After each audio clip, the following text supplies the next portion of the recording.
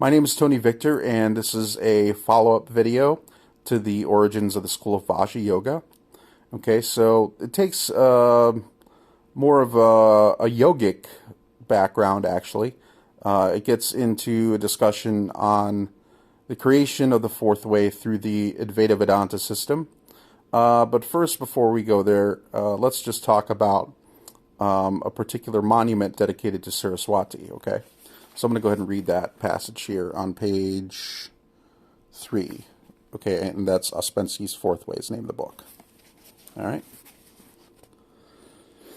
Okay, so if you can't see it, you can just go back and pause it. But I'm going to go ahead and read it. Sorry if the camera's shaky for a moment. One of the most ancient monuments related to the Fourth Way is the Temple of Sharada in Azad, Kashmir. Sharada, otherwise known as Saraswati, the female consort of Brahma, is a Hindu goddess of wisdom.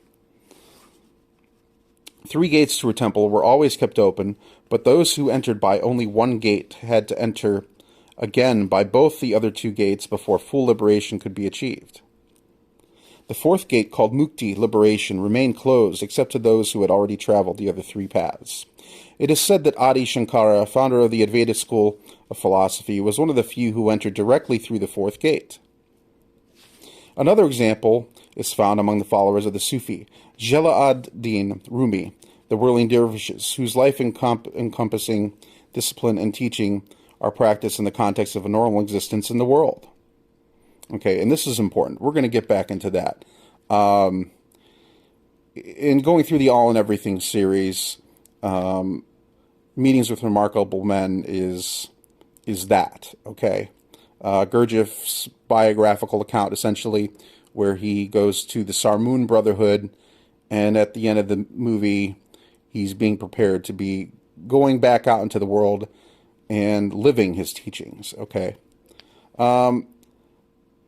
So we're not going to get into any more of that. That's just what I wanted to point out with the relationship to the Advaita school, okay? And then there's another passage here that I'll also read.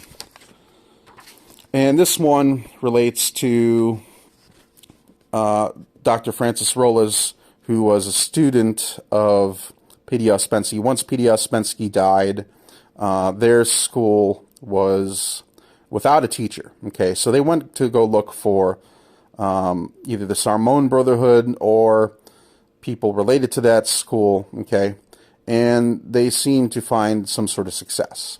And I'll go ahead and read that passage. It begins here on the page, bottom of page 4. In 1961, when Francis Rolas met the then it's a hard word to pronounce, Shankaracharya of North India, H.H. Shantananda Saraswati, he laid out a detailed exposition of Ouspensky's system and asked if the practice in the Advaita Vedanta tradition was the same as the Fourth Way. Okay. The Shankaracharya replied, yes, there couldn't possibly be any difference. He says that in his system, they take from all 3 sources. In the system of the way of action, they purify the heart so as to perform any action and yet be detached from it. The emotional way is a way of devotion and service. With that, an atmosphere within is created so as to serve the Absolute and receive His grace.